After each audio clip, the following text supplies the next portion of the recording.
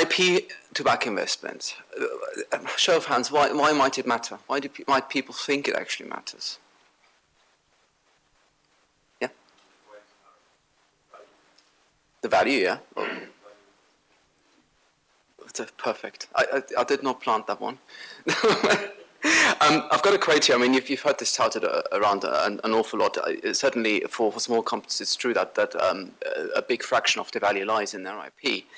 Now, I say to you, this is only half the truth. I'm not trying to persuade you that it's 140%. Nobody's going to buy that.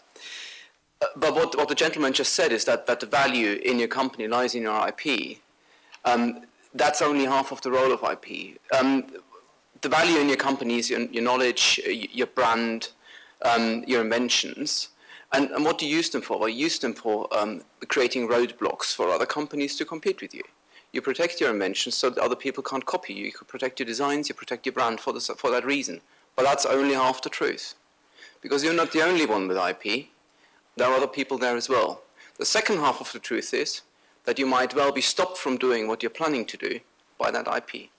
So there are two sides to the coin. One is, well, actually, I want to create those roadblocks for other people, secure the value in the company, make sure that doesn't get diluted or taken away. And the other one is actually make sure, am I free to do what I want to do? When it comes to investment, well, the roadblocks are one thing. An investor will say, all right, you have those roadblocks in place. That's great. That helps you have a competitive edge. But the other point is, well, actually, how risky is the investment? Is there really anybody out there that can say from one day to the next, well, you've got to stop what you're doing because I've got IP for it. I can actually go to the courts and stop you practicing. That wouldn't be good. When it comes to presenting your situation, I mean, we're all aware of the questions that might be asking. Have you secured your IP? And again, it's only half the truth. The second question, and possibly the more important question is, can you do what you want to do? Are you free to do what you want to do? Ideally, those questions have been asked early on because you don't really want to launch a brand and find out that you can't actually use that particular trademark because somebody else is using it. People are quite sensitive about that, funnily enough. You also don't want to find out that a big giant corporation might sue you because you used their invention. Again, that doesn't tend to help business very much. We're going to look into all of those, albeit very briefly due to time constraints. To realize what the value in your firm is, you've got to actually try and figure out what you have.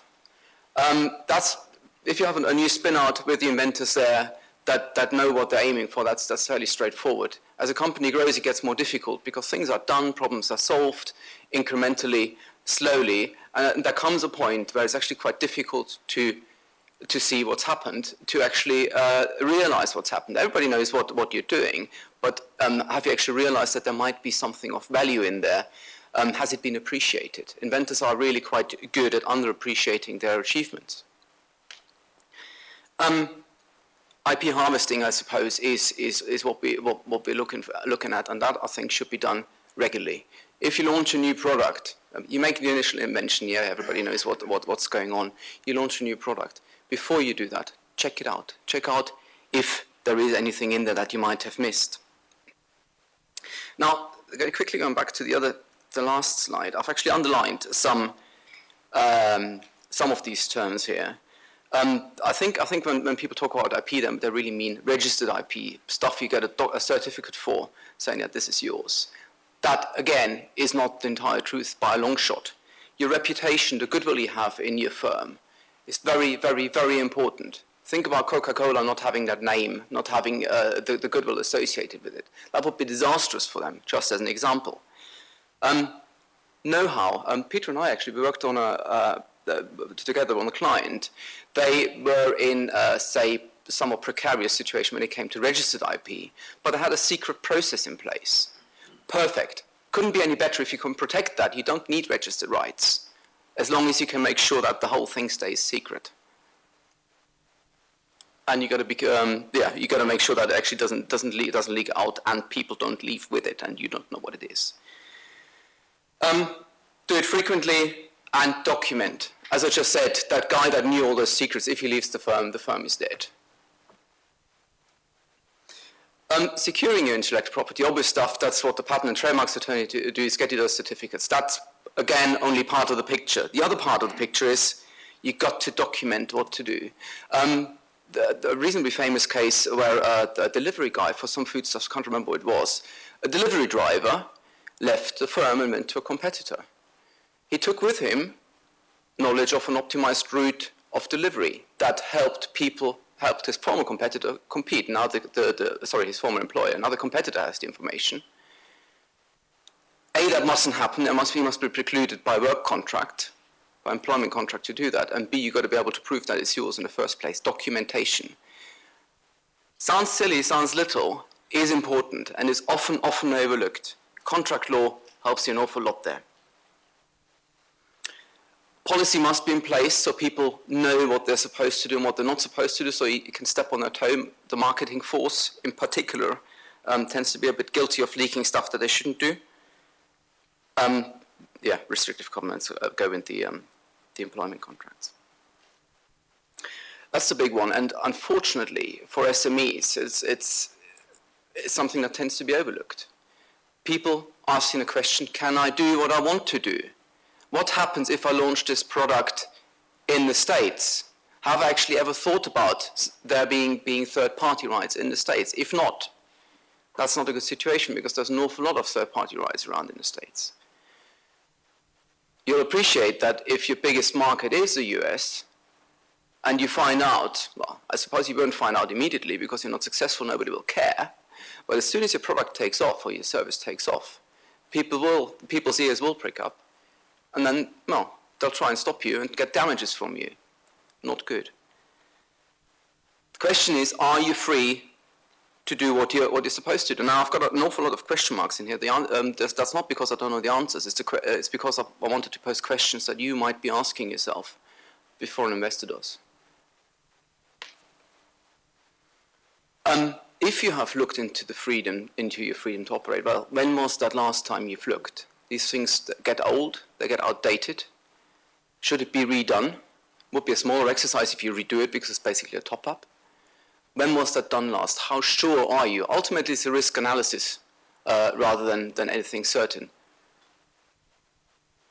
Well, if you find there is a problem, when do you want to find it?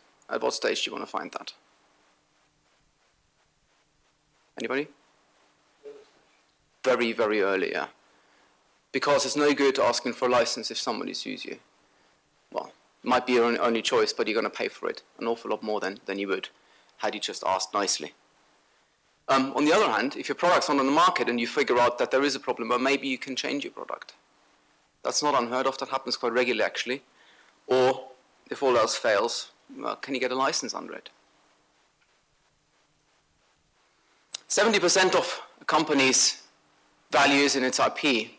Begs the question, well, how much is it actually worth? What is that 70%? Quite important, really, in an investment process. IP valuation is difficult. It's not tangible. What do you compare it to figure out what the value is? And the answer to that is, it's a bit of a black art. The value of it is what somebody would pay you for it, but you can't really find it out because you can't ask. There are various methods around for evaluating what IP might be worth. Some are better than others, I suppose is a fair way of looking at it.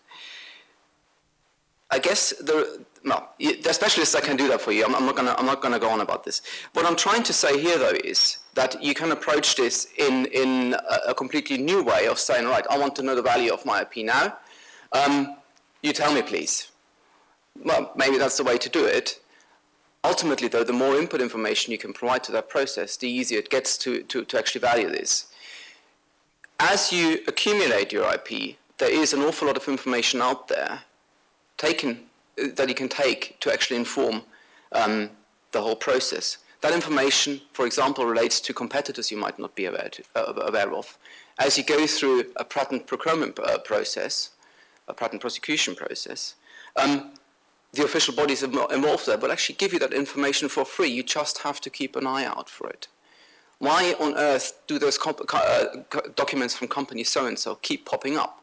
Well, in all likelihood, because they're doing something that is, at least in the eye of an examiner, seen as being very similar. Now, the clever SMEs, they actually keep an eye out for that, because not only because it might be a problem in terms of IP, but also because it tells them where there might be possible interested buyers. It all helps to form a big picture, really. There's other publicly available information in there, out there that you don't get given automatically. If you say, publish a document saying, all right, I want a patent for this, I use patents as an example, then somebody coming after you, wanting, again, IP rights for their invention, they might bump into that document that you've created. You won't find out about that, but you can, if you ask the question, you can find out about it. What does that tell you? Well, actually, you're stepping on somebody's toes already. You might be stopping somebody from doing what they're doing. These people will be very interested in what you're doing. There might be bias. Last but not least, do you know how strong your IP is? How useful is it? Does it cover your whole product? Does it cover a niche? Can people design around it? Can they invalidate it? All very interesting question that latest in a due diligence process should be addressed. But ideally, you'd like to know that beforehand. The boring one, paperwork. The number of times I've seen people go, oh my God, I need to get all these documents together. How do I do this? Well, the ideal answer is, well, you open the top drawer of your filing cabinet and it's all there. It means, though, you need somebody that's really quite organized to keep all the employment contracts in one place, to keep all the documents that assign rights between people in one place. So you just have to open that drawer and pick it up. To keep the correspondence from your lawyers in order, so you find the advice that was given, you find out the comments where it says, well, actually, there is a problem here. Well, actually, somebody might have a problem with yours, whatever it might be. You want to find that. You don't want to have somebody have to dig it out when really you need to present on it tomorrow. Ultimately, that informs the due diligence process, and I have yet to meet an investor that is not happy to actually have that information delivered easily and simply, because it means that their DD is getting simpler. It's as easy as that.